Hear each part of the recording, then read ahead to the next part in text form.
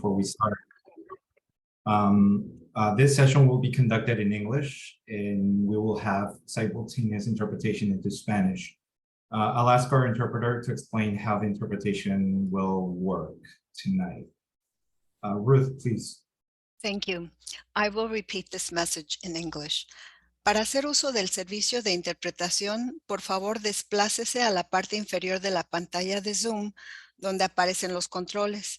Haga clic en el icono de interpretación, que es el globo terráqueo, y seleccione Spanish, español. Si está utilizando la aplicación móvil de Zoom en celular o tableta, presione los puntos suspensivos, luego Interpretation y luego el idioma. To use the Zoom interpreting feature, please scroll to the bottom of the Zoom screen where the meeting controls are located and click on the interpretation icon, which is the world. Please select either English or Spanish. If you are joining using the Zoom mobile app on a cell phone or tablet, please press the ellipses, then interpretation, and then choose your language. Thank you. Thank you very much, Ruth. Well, again, welcome to the third ATI Community Forum. My name is Octavio Rodriguez Ferreira, and I'm the new Criminal Justice Principal Researcher here at SANDAG. As part of the Alternatives to Incarceration project, or ATI, SANDAG wants to have the thoughts of San Diego County residents on the county's justice system, public safety, and provisions of behavioral health services. And we do it through these community forums. The structure of this forum will start with a 15-minute overview of the ATI project, conducted by Dr. Cynthia Burke, Director of Data Science here at SANDAG. And we will follow these with 90 minutes for public comments. We welcome everyone for being here tonight, as your insights will be extremely valuable for our project. As you notice, your cameras and microphones will be muted, but if you want to comment, please raise your hand under Zoom reactions panel, and we will allow you to speak. If you feel comfortable, we would love to know who you are, if you belong to any organization, or if you have any specific reasons for attending tonight. We want to thank everyone for respectfully conducting to each other, and we ask you to abstain from promoting businesses, services, or any other initiative. Each speaker will be limited to 3 minutes to allow for maximum information, sharing from the greatest number of individuals. However, if you would like to participate more than one time, you're more than welcome to do so. While speakers can share any thoughts or feedback, SANDAG and the County of San Diego has specific interest in receiving feedback regarding 6 specific questions, which I will read right now. And at the end of the presentation by Dr. Burke, she will remind you of these specific 6 questions. Question number 1 is, what are the greatest gaps in services in your community? Second, what are the barriers to receiving services in your community? Third, how can we encourage treatment that is voluntarily as opposed to court-ordered? Number 4, what are your greatest public safety concerns in the community and why? Number 5, do you know of any policies or programs that are effective alternatives to incarceration that the county should be aware of? And 6, what is working well in terms of the public safety system and services delivery you would like to know? And as I mentioned, we'll start this forum with a brief overview of the ATI project by Dr. Cindy Burke. Cindy, thank you.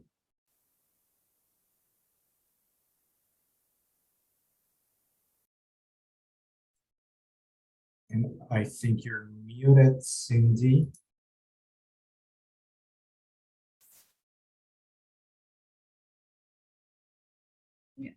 Okay, the challenges of having double screens and trying to navigate across the things. Good evening, everybody, and thank you for taking time on a holiday week to join us for this third discussion to make sure that we get your feedback to the Board of Supervisors in the County of San Diego. We really appreciate it. For those of you who have not seen this presentation or the overview we're about to provide, I'd like to really commend and thank the county for investing in compiling data to look at the question of public safety in the region and making it a priority also to make sure that we get community feedback throughout this project. When we first started doing this project, it really, the impetus was during COVID, we saw jail booking numbers down dramatically.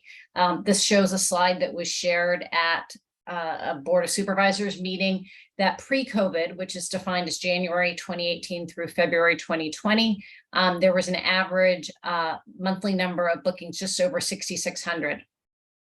During COVID, this dropped 42% to just over 3,800. So you can see the big decline we had. Part of our task was to, hold on one second, to look at, I was trying to get rid of that little toolbar there, look at policy drivers of reduced incarceration.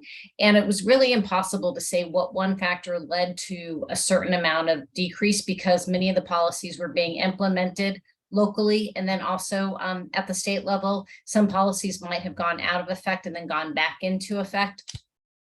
But overall, they could be categorized into 7 different categories. This included the courts being closed, individuals being released early from jail, changes in bail structures, modified booking criteria of who could be booked into jail, changes in probation supervision that really placed a greater emphasis on trying to maintain public health and safety rather than determining violations of supervision. The county not being able to transfer people to state custody. And then also we've talked about this in our crime bulletins that we put out as part of the Criminal Justice Clearinghouse. There was reduced opportunity to commit crime when people were under stay home orders, for example.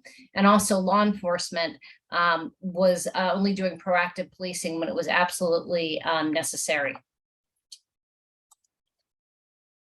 So research question 1, we had 4 research questions, and we really want to make it clear that the scope for this project, it was just a 12-month project.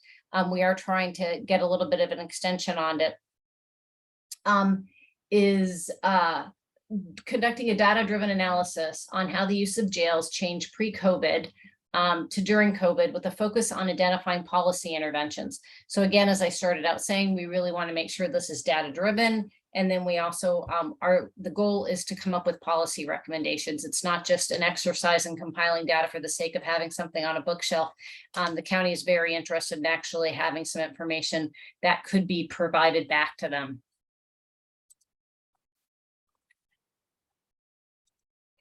The second question involved looking at policy drivers of reduced incarceration rates, which I just shared with you on the previous slide, looking at a population sub-analysis by demographics and geography, understanding public safety outcomes, and then again, recommending policy changes. The third question related to looking at short and long-term actions and investment to expand access to alternatives to incarceration for justice-involved individuals who do not pose a public safety threat. And then finally, the fourth goal was to look at the cost savings and long-term fiscal impacts to public safety departments in the county, HHSA, Health and Human Services, and other aspects of county operations by shifting an approach from public safety to prioritize safety through services and evidence-based alternatives to incarceration.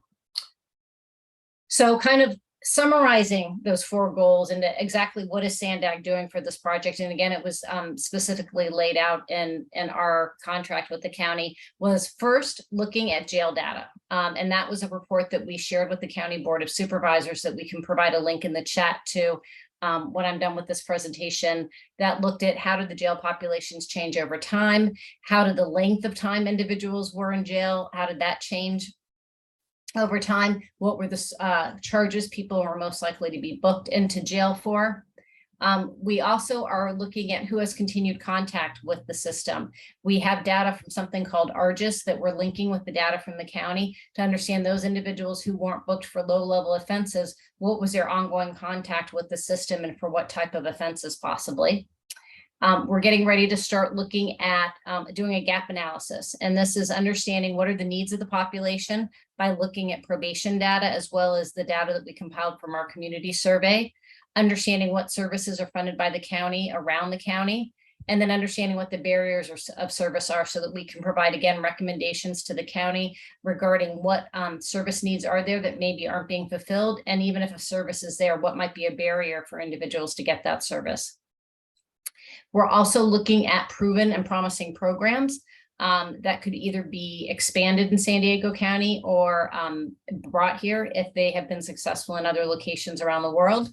And then finally, doing a cost analysis, looking at if we did invest in more alternatives to incarceration, what would be the cost savings potentially of that compared to the current course of incarceration for 1, 5, 10, and 20 years out. We are, our work is guided by an advisory group, and I know a number of you are on the call tonight, so I hope you'll all take a chance to introduce yourself. We had 88 individuals volunteer to dedicate their time during the year to help inform our project, craft our recommendations to the County Board of Supervisors. We had an outside group who evaluated and reviewed those applications, trying to get individuals with lived experience as well as a diverse group of individuals. So these are some of the individuals on our group, the picture, but you can see the 14 names of our advisory group. So we're very grateful for their participation on this project. We also have, our work is also informed by a working group that's compiled of individuals representing a number of county agencies, including the District Attorney's Office, Public Defender, Probation, the City Attorney's Office, a number of our local law enforcement agencies, Health and Human Services as well. Many of you may have already done a community survey. We're in the process of finalizing our analysis of that, and we got around 2,000 completed surveys back from residents in San Diego County, and that included questions regarding prior experience with the system, underlying needs, concerns regarding public safety, a lot of the same type of information we're trying to get here in this community forum from you all. So for our next steps, we are analyzing the community surveys. We're holding these forums. We have today, and then we have one more on Thursday around the lunch hour. So if you could please help us get the word out about that. We definitely want as many people to take advantage of this opportunity as possible. Compiling that information on best practices, looking at the law enforcement data coupled with the county data, documenting service and needs, and then doing that cost study with the anticipated study completion date of early 2023. And I know Octavio already read the questions for you, but again, any comments are welcome, but we really would like to have as much of a focus as possible on gaps in services from your perception, the barriers, encouraging, how do we encourage treatment that might be voluntary as opposed to court ordered? How do we engage clients into services that are out there? If you have public safety concerns you'd like to share, any policies or programs that might be effective, as well as if you think something's working really well, we'd like to be able to pass that feedback on as well. So that is what we're going to be doing here. I know Octavio shared that we're going to be limiting questions to comments to 3 minutes, but please know that if you in the past forums, people have been able to engage multiple times, and we've had a pretty fruitful discussion be able to come around where people are able to comment on other people's comments. And if you'd like to learn more about the study, we do have a website up, atistudy@sandag.org. And you can also go in and email us or provide other comments at any time throughout the course of the project. So thank you again for your time tonight.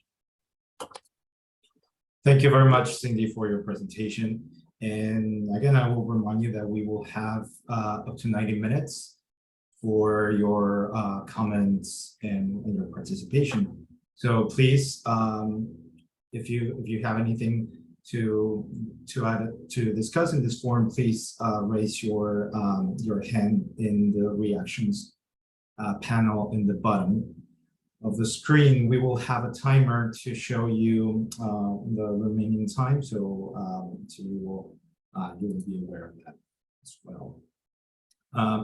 I don't see any hands risen right now, so I will start reading a couple of comments and questions that were left at the comment section or at the Q&A section of this forum.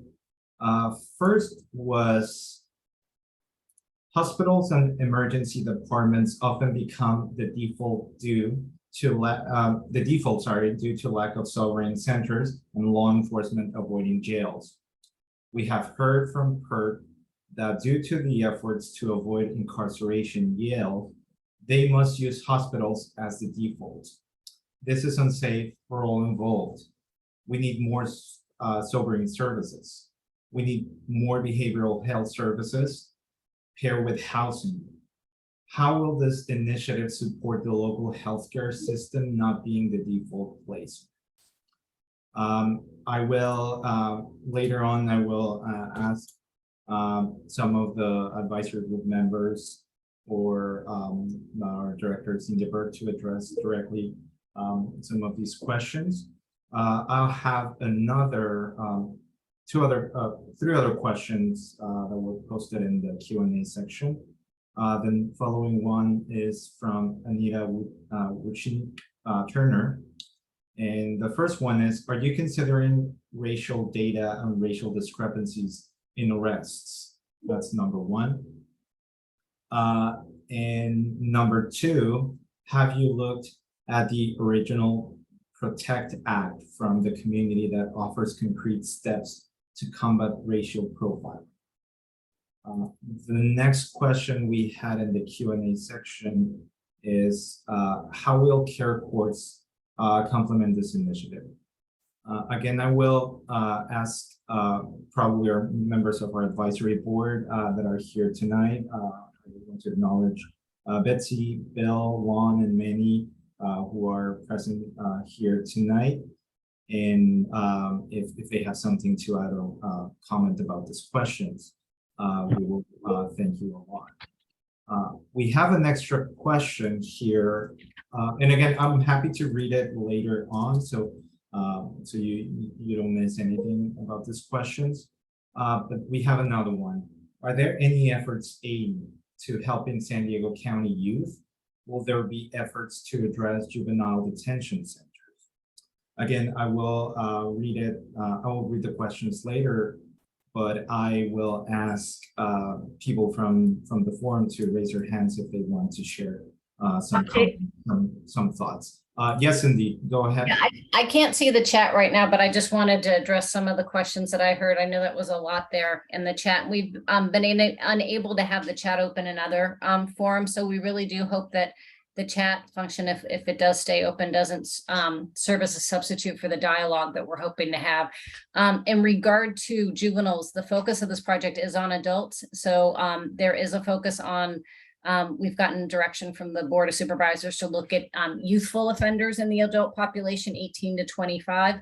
But the juvenile part is outside the scope. And as I indicated, we have a very specific scope to look at. We are able to note recommendations for future research. That could be something that the county looks at. I'm not sure if we have some advocates for juveniles, given that question and youth have come up. Juvenile detention rates have really dropped dramatically in San Diego County, and there's been a lot of work to try to do alternatives to detention. So I think there's a lot of lessons that we could learn from what we've done with youth in the county.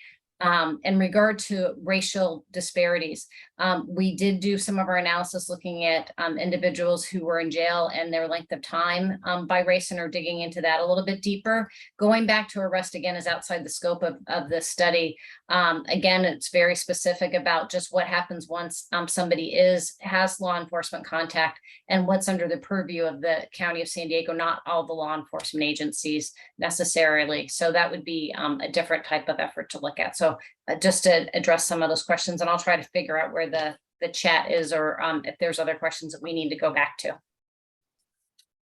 Thank you, Cindy. We are receiving more questions on the Q&A section, but I will ask you if you would rather just comment a little bit on, or give us some context to your questions, and then ask the question to the forum. We want this to be a conversation, and so as I see people raising their hands, I will give them the voice.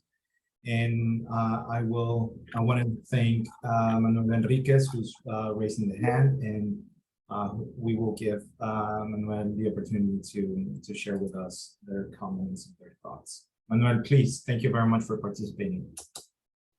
So right now was brought up that there are questions in the chat or that in the Q&A. I do want to note that the chat is disabled. So for example, myself as a member of the coming in as a member of the public and not a panelist, I can't write on the chat and I cannot see the chat. And also the Q&A, I cannot see questions posed. Right now it is open. I had to go find it under more on my screen, and I'm not sure if you have that or if our technical staff could help, but right now, the individuals who have been posting in the chat are not panelists, they are attendees, just so you know. Kendall, I'm not sure if you could help direct people while this is still open, if people can't find it.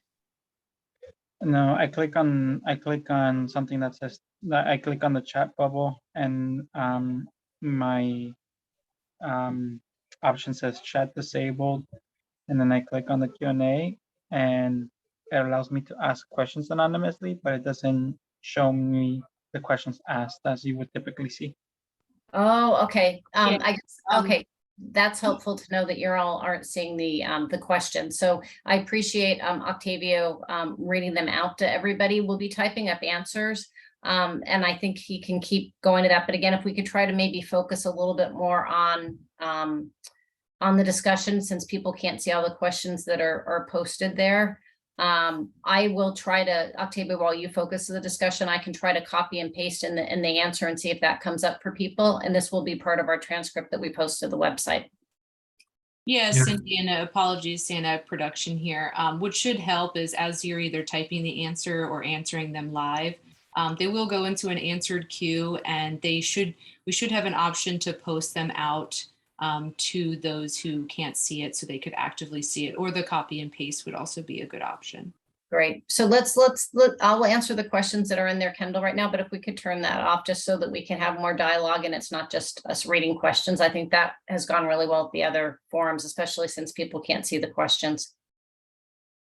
And Cindy, we have one person who wants to participate. If you prefer, we can ask Maya de la Torre to participate, and then we can continue with the Q&A. Yeah, no, please, let's keep the community conversation going on.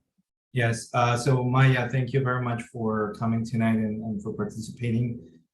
You will have your microphone on in a few seconds. Hello, my name is Maya. I'm with YouthWill. I'm calling to underscore the need for the collection of data that is specific to transition age youth, ages 18 to 24, 25. We know that incarceration figures show more than 2.3 million people are in prison, and we also know that the young adult demographic, 18 to 24, is disproportionately represented and also has some of the highest rates of behavioral health disorders. And we know that neuroscientists have established that the prefrontal cortex of the brain, which is responsible for cognitive processing and impulse control, isn't fully developed until the early to mid-20s. And in 2015, San Francisco County created a diversion program called the Young Adult Court to disrupt the cycle of incarceration and poverty for this particular age demographic. So ensuring that this service gap is closed requires the intentional collection of data that's specific to these individuals who are qualitatively different in development, skills, and needs from both children and older adults. I know that you mentioned that the Board of Supervisors has directed y'all to pay particular attention as well to that age demographic, but I just wanted to emphasize that in this space. We also ask that youth voices actively sought out to prioritize their input in the design of services and programs that are specific to youth. Thank you.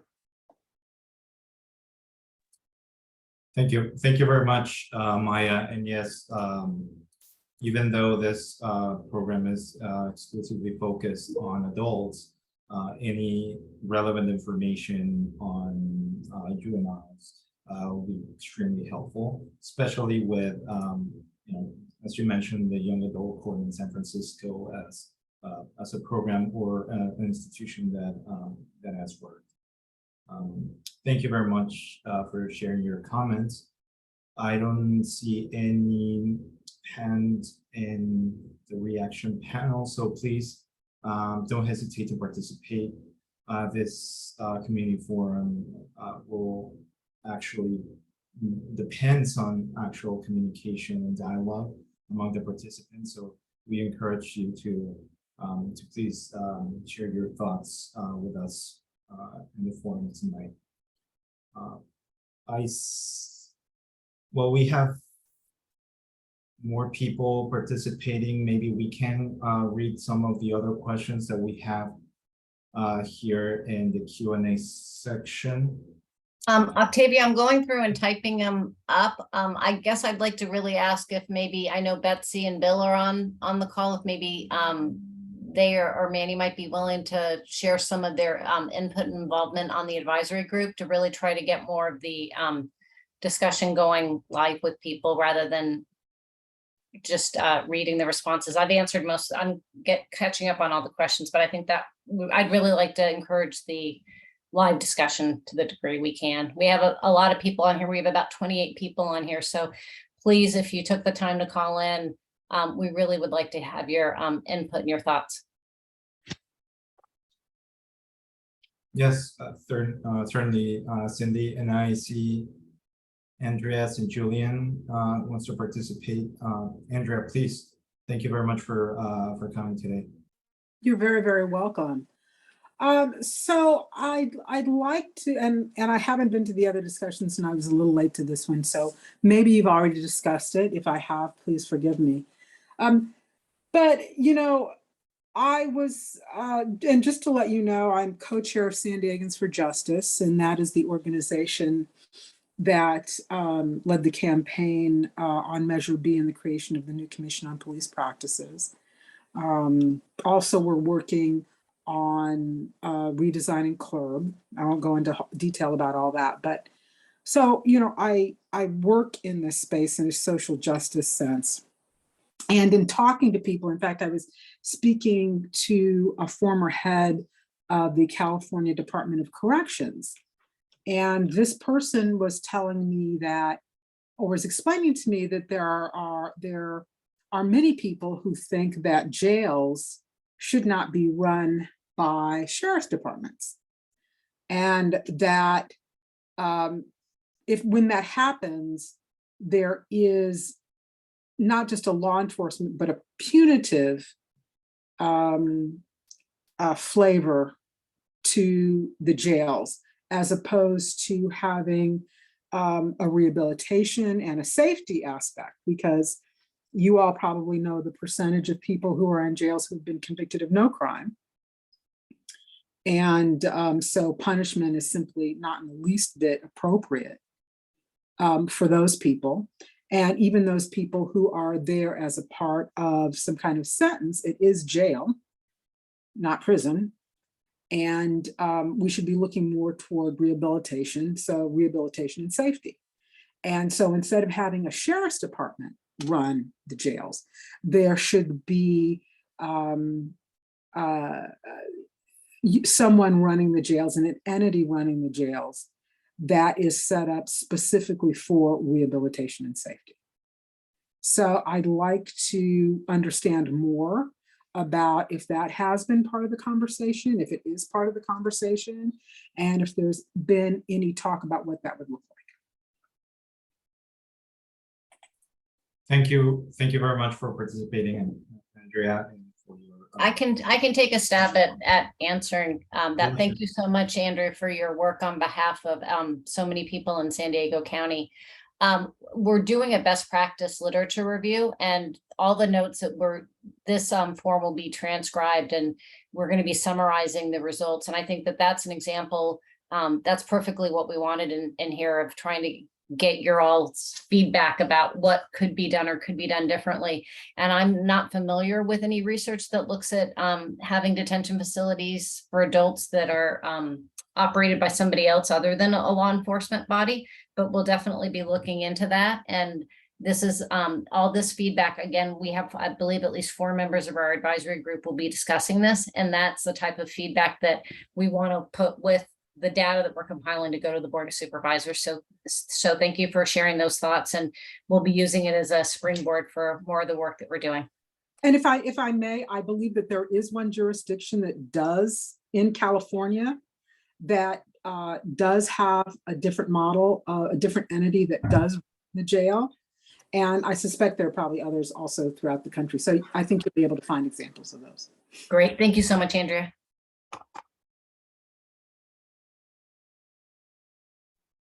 Thank you so much, Andrea.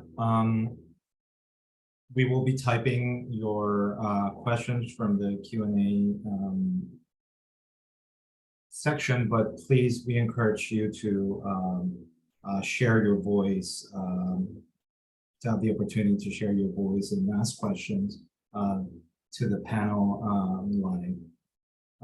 I have Glenn Hilton. Glenn, thank you for coming today. Thank you for participating. Excuse me, good evening. Yeah, my name is Glenn Hilton, and I am with PATH, People Assisting the Homeless. And, you know, the link between homelessness and incarceration is very significant. In excess of 70% of the individuals incarcerated in our jails either were homeless at the time of incarceration or become homeless as a result of their incarceration. And so there are programs that the county is already providing. We're working with 3 of those programs now with great deal of success. The programs are community care coordination programs, and these are wraparound programs for people with disabilities and justice involvement. We coordinate with the Sheriff's Department and the Public Defender's Office. And during the period of time that the services are available, which is approximately a year or a little bit over that if needed, we're able to provide you know, medical care services, substance use treatment, mental health treatment, housing, rental assistance, et cetera, and try to help stabilize them. And that's wonderful. But the challenge that we have is that since most of these individuals will be, are permanently disabled, the income capacity that they have is about $100 a month more than the cheapest housing that we can find in town on a good day. So the challenge is we can provide the supports and help these individuals get housed and get stabilized, but then it's difficult because they don't have ongoing rental supports at the end of that program. So really one thing that I think is really critical is being able to identify shallow subsidies or other ongoing vouchers that can provide ongoing housing assistance. It doesn't have to provide for their full rent, but would be enough to subsidize any disability income that they might have in the long term. Thank you. Thank you very much, Glenn. And yeah, it is certainly the problem of homelessness and you know, housing situation here in San Diego. Of course, it's a topic that we should pay closer attention to. I don't see any hands in the attendees list. I remind you, we really want to hear your voice. We want you to participate. You know, we have almost 28 participants, and you know, there are so many important issues that we can share. So please, we encourage you to take a chance and share with us. I do not see any hands right now. I see. Oh. Larson Sandvik, please, if you wanna share your thoughts, please. Hello, thanks for having me. Can you hear me okay? We can hear you okay, Larson, thank you. Okay. So I do have a background in juvenile justice, and juvenile corrections. And I know we're not focused on juvenile issues, but one thing that did come up repeatedly amongst the youth that I worked with would also pertain to adults. And that is once they get released from their time served, there's often not a lot of support or information once they are back out in the community. And some of the ones that I talked to that unfortunately did recidivate told me that it felt like they were stepping into a different country because they had been, following our rules and our schedules for so long that when they got out, they felt like they didn't know how to function. And that quickly forced them into a position where they not even necessarily wanted to recidivate a lot of times, but felt like they had no other options. And so I think something that could really help benefit the populations that we're discussing is a structure or organization that can work with them. And I don't know if there's already something like this in the works, but when I was working, there was not a reliable source of information and assistance to help them find jobs and find homes and get back on their feet. It was kind of kick them to the curb and let them find their own way. So what we did have a lot of success with was job skills programs within the facilities that taught them, DIY skills and stuff that could be used towards a career in trades and other career paths, as well as educational programs. So I think adults could benefit a lot from having a strong emphasis on helping them get the skills they need to function in life, rather than just serving their time and then being put back out in the community. And please feel free to weigh in if there's already something like that in effect, but that's just something that I think would be a good benefit. Thank you. Thank you very much, Larson, and thanks for pointing out the lack of support and information after release, and some of the success of job skills programs and career paths in juvenile system. I see Karen Sumek. Karen, you want to comment? Please go ahead. Okay, is my volume okay at this point? Yes, we can hear you well, Karen. Thank you very Great. much. So my name is actually Karen Sumek, and I work with the Hospital Association, but I'm going to talk about something a little bit different. So as the last speaker talked about, I think San Diego Workforce Partnership has some amazing developments that they're working on, and I think there's some opportunity for you to look at what they're doing to really increase that self-sufficiency. And then the second point has to do with Medi-Cal, and we work very closely with Glenn at PATH. And I think, looking at the states made changes over the years about Medi-Cal eligibility and when you can get re-enrolled when you're leaving an institution. I think we still have some work to do on that. But the main thing I wanted to flag for you, if you weren't aware, is that this in the most recent, what's called an 1115 waiver, it's called Cal-AIM. It's expanding some of the benefits that are available to Medi-Cal eligibility or eligible individuals. And we know a lot of folks leaving jail, that is the insurance that they are going to be covered by. And Medi-Cal does have the opportunity, should our region decide to make it a priority and the health plans make it a priority, to expand funding for sobering centers, which I think we do have, I think 1 or 2, and those have proven to be, they're challenging, but I think those are a practice that we could look at and see how we could expand that. And then the other thing is that they do have some supports around housing. So what Glenn's talking about, it's not perfect. Medi-Cal by default can't pay for housing long-term, but it does help with some funds to help folks get situated, which sometimes can be just what they need as a launching pad to get them going. So I just wanted to throw those out as comments, but I didn't really have any other questions. But thank you for the time. Thank you very much. No, this is super helpful, and I apologize for misreading your name. But yeah, this is very important to know about this.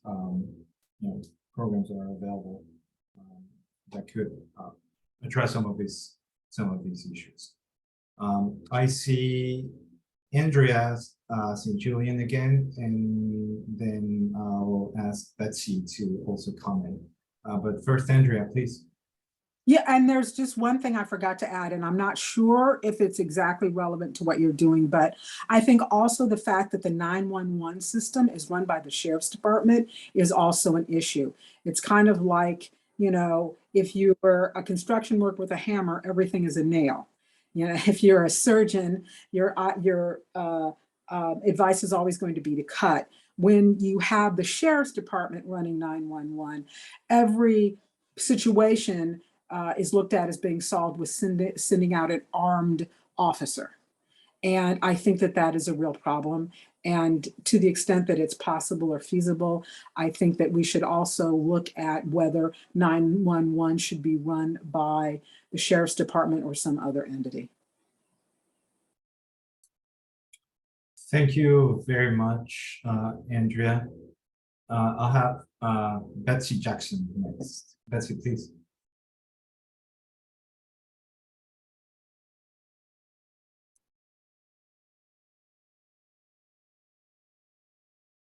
I think your mic is muted. Am I unmuted now? Now you're unmuted, Betsy. Thank you. So to the gentleman who was speaking to about workforce programs, there is a wonderful program that is goes into the prisons. It's called Defy Ventures.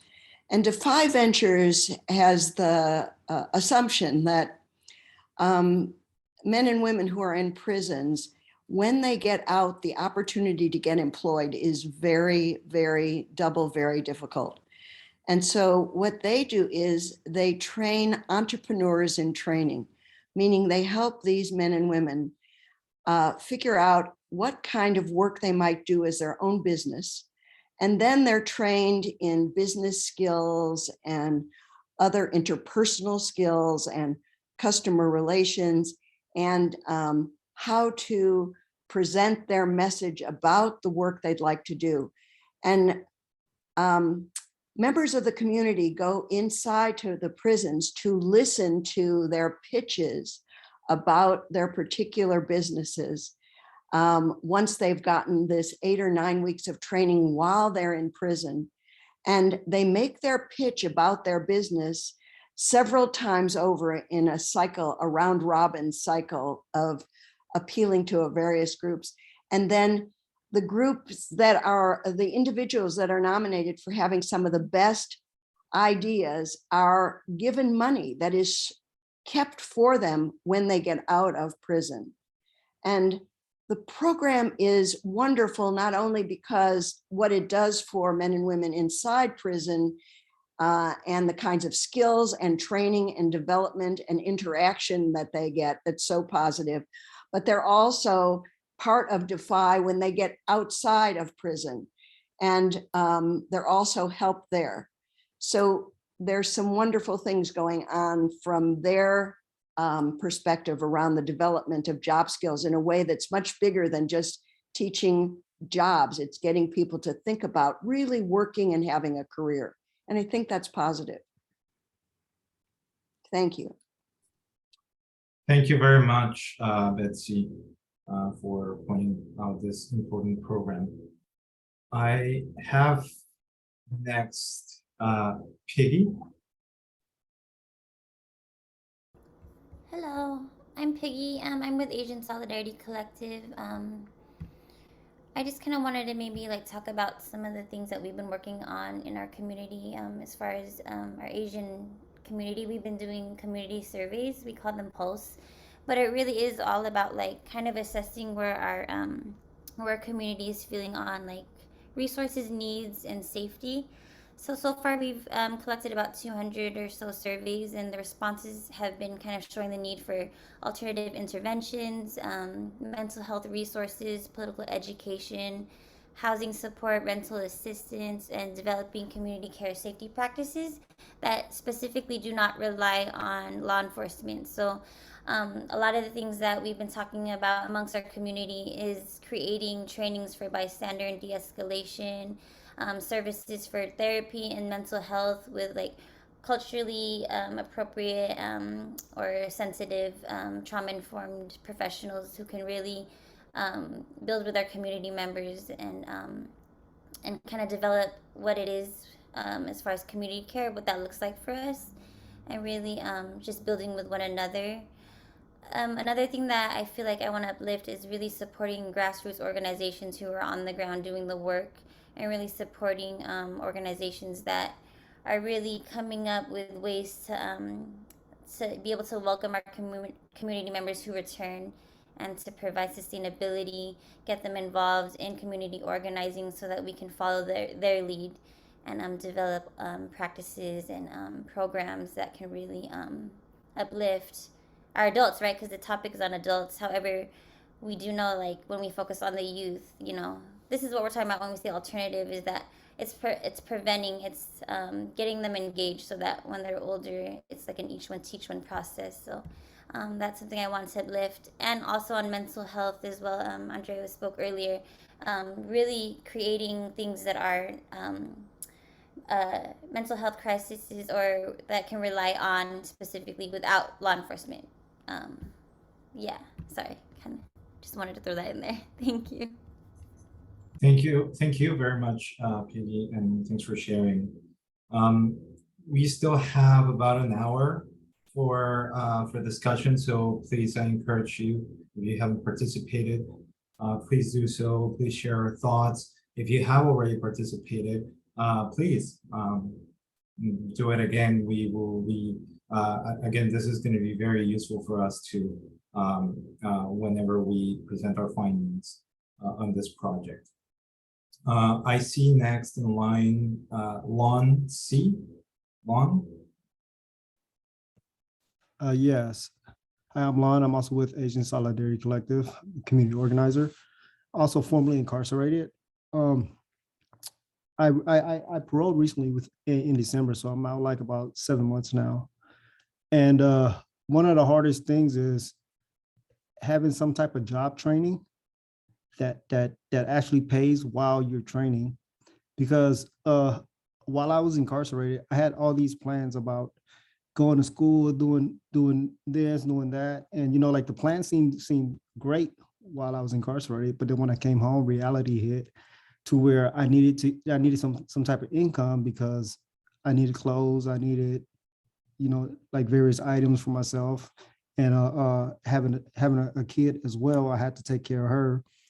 My responsibilities and bills and stuff were coming in. So a lot of those plans went out the door because I needed employment like fast. So but the employment that are offered, being that I'm a convicted felon, they're not paying as well. So it's like either you try to go to school and not get paid, or you work and get a little bit of income to take care of yourself or and your family, or at least try to help.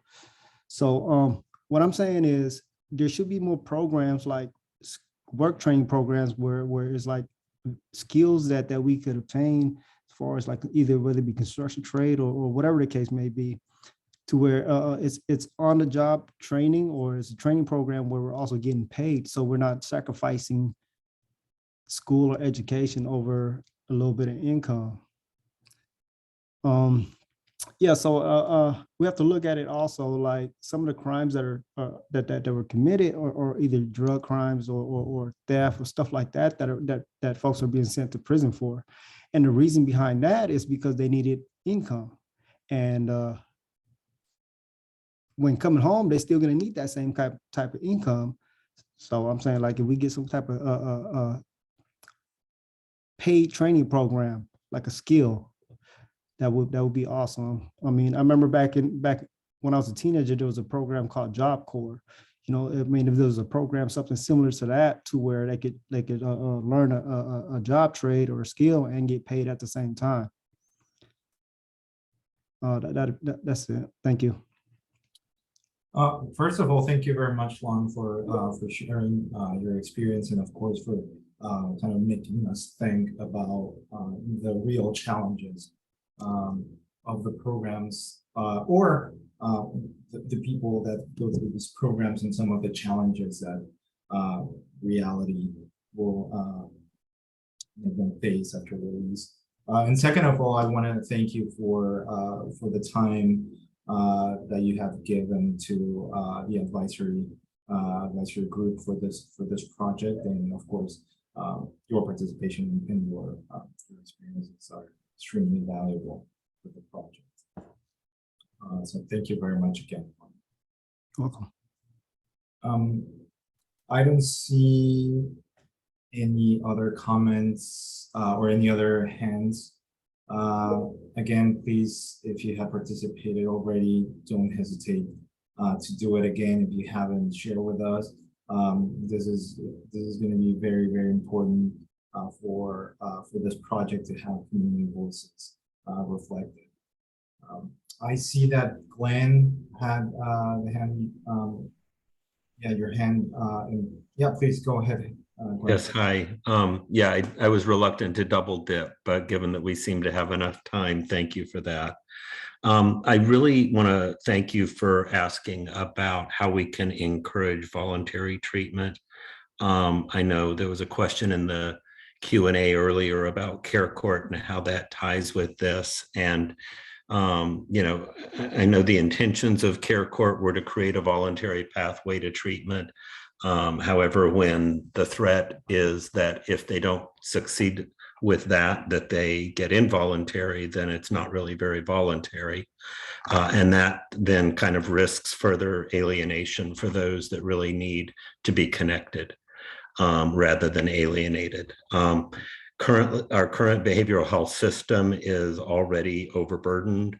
And that's for those that are asking for services, that are presenting themselves for services. So I think based on what I've seen in a number of our programs, whole person wellness, the C3 programs, and CalAIM, as Karin mentioned earlier, is that the best way for us to get people who are reluctant to enter treatment is to have an ongoing wraparound connection with them, to meet with them regularly, build connection in an ongoing, non-threatening way, and to have multiple encounters. And that's going to require a lot of services in order to be able to make that happen. But what they really need is that sense of community and connection. And I think we also have to be willing to consider the fact that for some of them, treatment is not going to be their solution. But we would want to do harm reduction, to do everything within our power to help them live the best life they can live, and to avoid recidivism, and to avoid homelessness and some of the other tragedies that come from it, by providing those wraparound services and helping them be able to have to make decisions about their own lives. Thank you. Thank you very much, Glenn. And again, just feel free if you wanna share more. There is no limit on the times you can participate. The only limitation is just to stick your comments to 3 minutes, and even if you need more time, you can certainly give anyone more time if needed. But yes, I do encourage more people to share. We still have about 40 minutes for this panel. I don't see any hands right now, so please, if you want to participate, don't hesitate. Anita Turner. Can you hear me? Yes, we can hear you very well. Yes, I had brought up the two questions about whether racial disparities in arrests have been addressed. And the other question was whether the PROTECT Act had been looked at, or even if your group knows about it, to combat. It has concrete steps to combat racial profiling.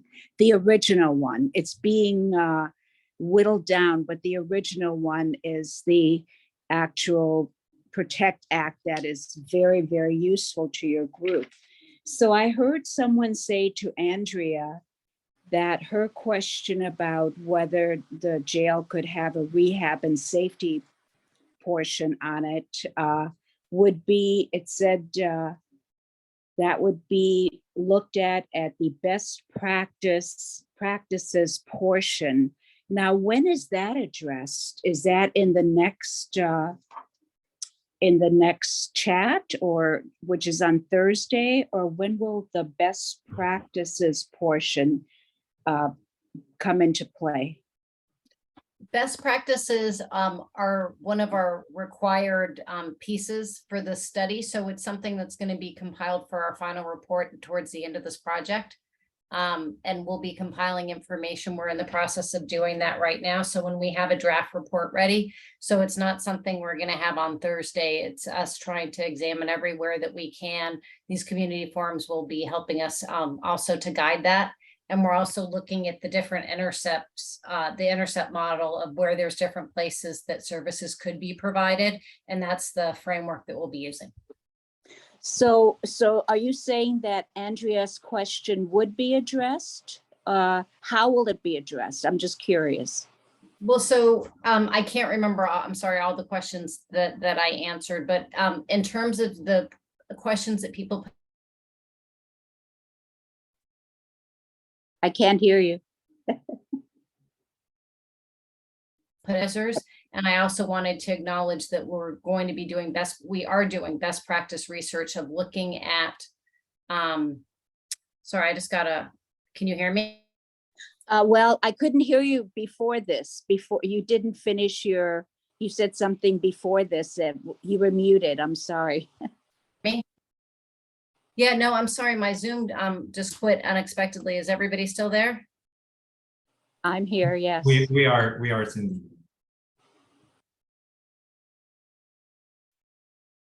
I think you're muted again. Had too many. No, I'm not muted. My Zoom is not going well. So best practices. We lost you again, Cindy.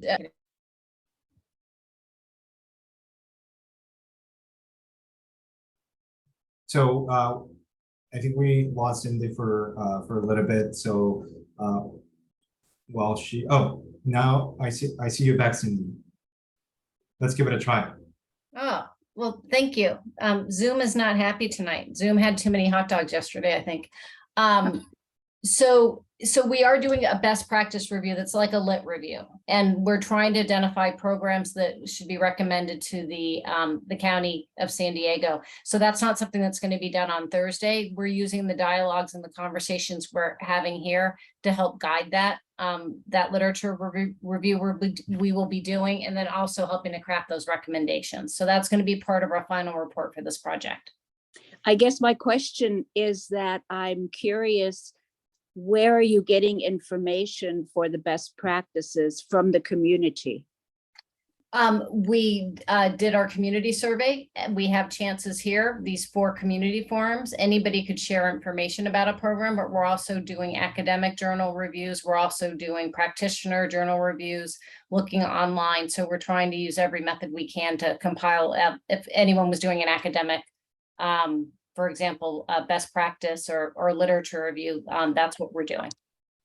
So then I hope that the PROTECT Act will be looked at, that you will have access to that information. And I hope that the racial disparities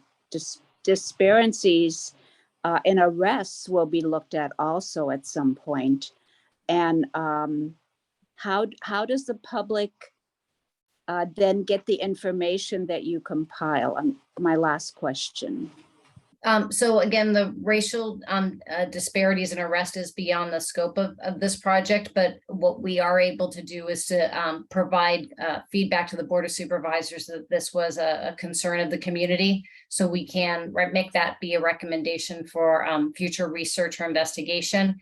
And if anybody who's on this call isn't already on our ATI study email list, every time that we update the website with information, we notify that distribution group. So please let us know. You could email atistudy@sandag.org. And we also have information on that page on our website. It's www.sandag.org/ATI study. All of the publications that we've prepared to date, all of the PowerPoints to the Board of Supervisors, all of our advisory group meetings. So that's where all of the information on the project will be, including this best practice when it's done. Thank you. Thank you. Thank you, Andrea, and thank you, Cindy. I have Andreas and Julian next. Andrea. Since we have time, I'll go ahead and triple dip. But I just wanted to follow up with what others had said. When I was talking about another organization that other than the Sheriff's Department running the jails, I just wanted to expand on that. There could be one overall agency that runs it. And I think in the other jurisdiction in California, I can't remember, they opened a special office to run the jails. And, you know, there should be separate settings depending on the needs of the individuals that come in.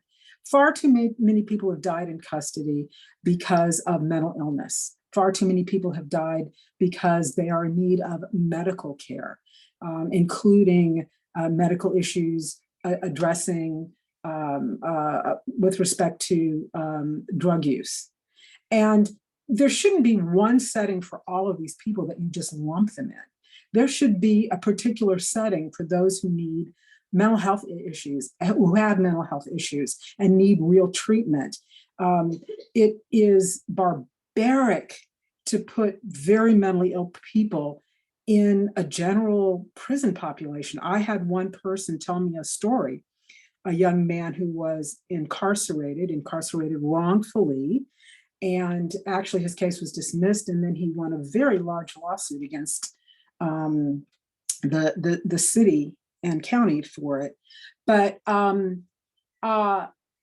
that in one of the jails here they call Thunderdome, because the guards like to put a very mentally ill person in with the most violent person so that the guards can watch them fight.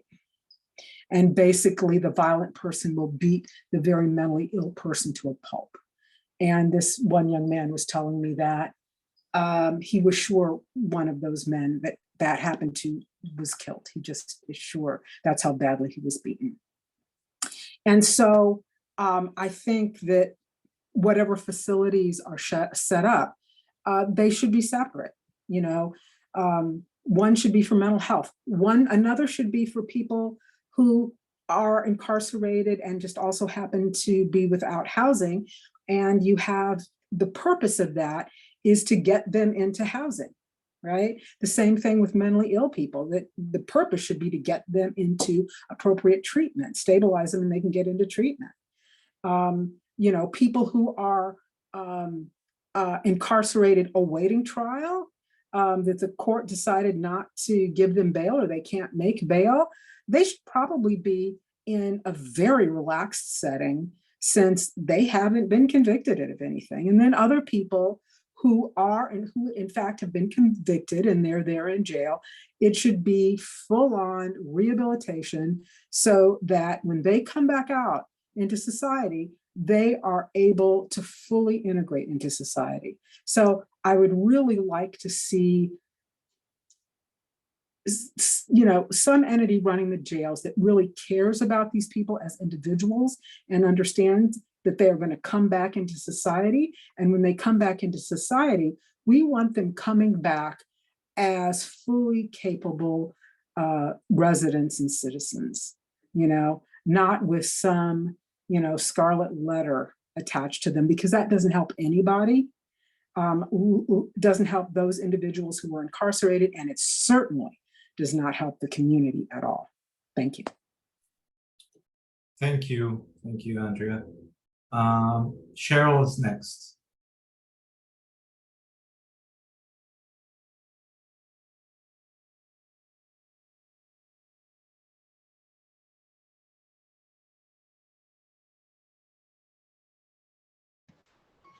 Can you hear me now?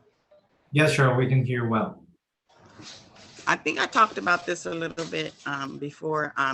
AB 1630 is a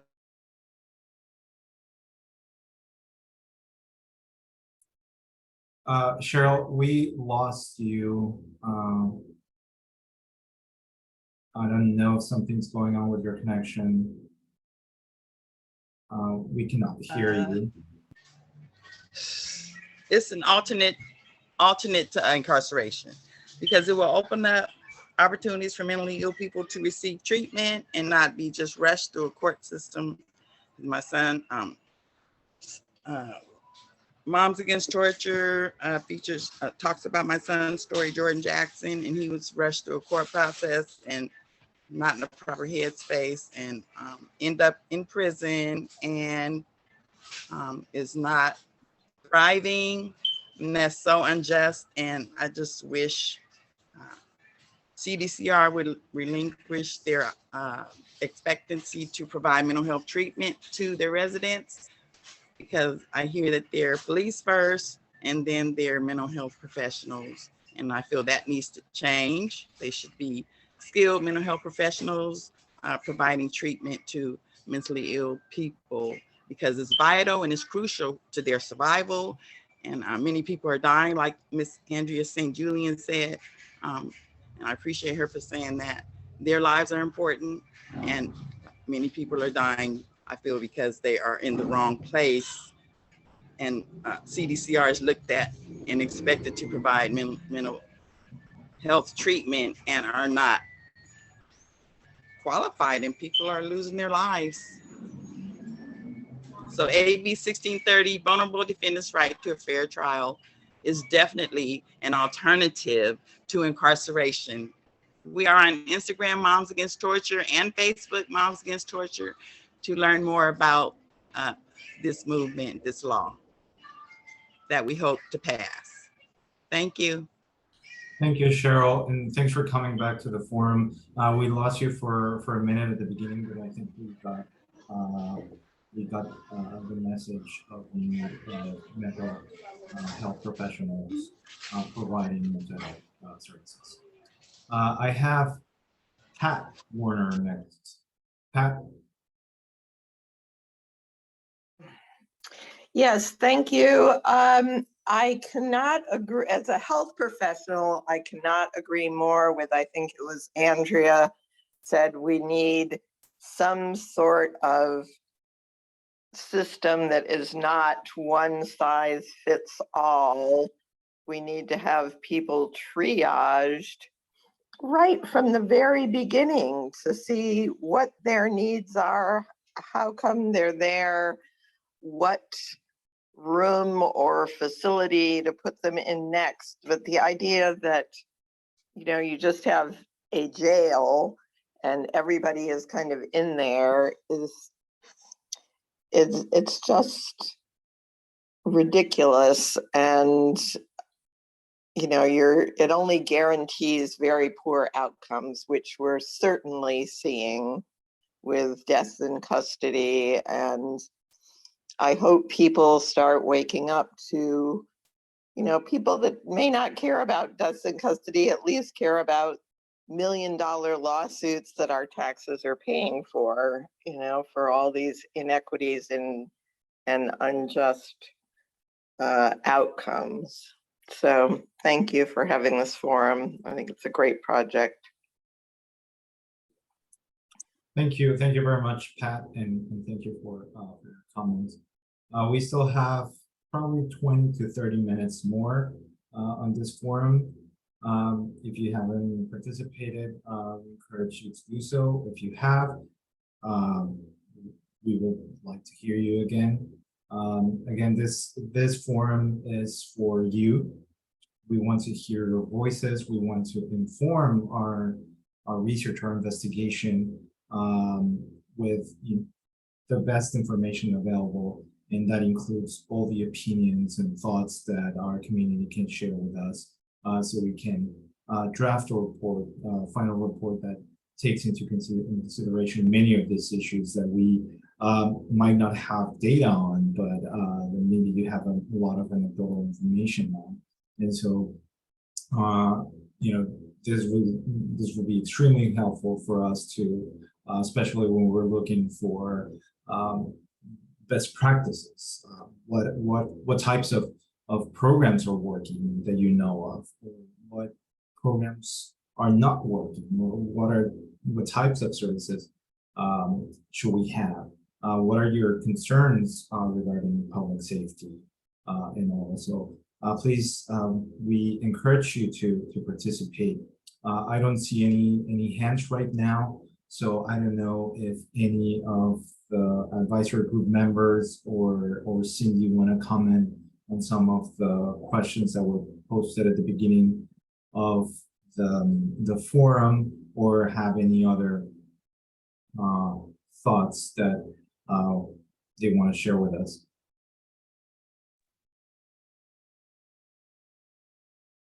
No, I think I addressed all the comments. I appreciate everyone's time. I think, is there another hand raised now? There is Bill Payne. Bill, thank you very much for participating. Hi, guys. I just wanted to thank the members of the community who dialed in to participate, and a lot of them, those with lived experience, those working in the field, very helpful feedback. I would encourage them to continue to attend the community forums, pay attention on the website, and continue to reach out to those of us on the advisory committee so that we can include their feedback in our work. Thanks.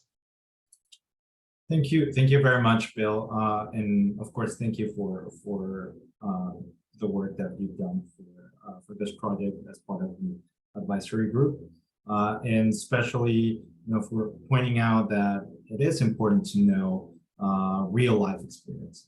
Right, we learn a great deal from what people have experienced, and people that have that real life experience can know better than anyone about the effectiveness or the shortcomings of our institutions and our programs. So please, if you have a story to share, we commend you to do so.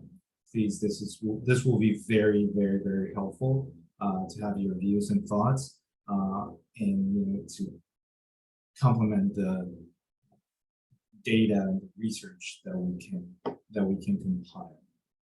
So again, this is a community forum. This is a place for having the voices of the community heard. So please, I don't see any hands right now. We still have about 25 minutes. I see Glenn participating again. Thank you very much, Glenn. Certainly this time I have more a question than a comment. One of the groups of individuals that have particular difficulty with housing are those that are PC 290 registrants. That the registration for sex offenders often prevents them from having access to any type of congregate shelter, and also very difficult to house.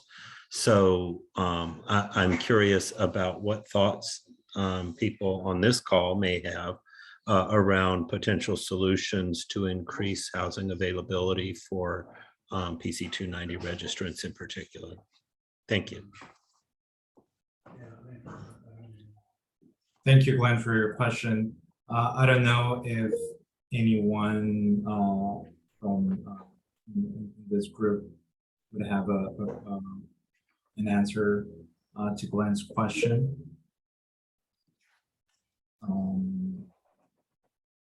But what we can say is that we're focused more on low-level offenders, and certainly not sex offenders. So this would fall a little out of our scope, but certainly that is something that helps to enrich our research and investigation. So this is something that we can bring up as well.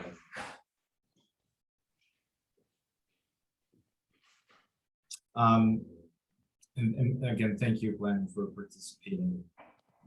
I don't see any other hands right now. Again, we will have 15 minutes more of participation. If you haven't done so, please raise your hand, and we'll let you share your comments. If you are somebody from the advisory group would like to share something, please do so. But if not, we can bring this community forum to an end. Again, we will have another forum next Thursday around noon. And if you think of something else, if you want to share something else, something you didn't share with us today, you're more than welcome to participate in the next forum.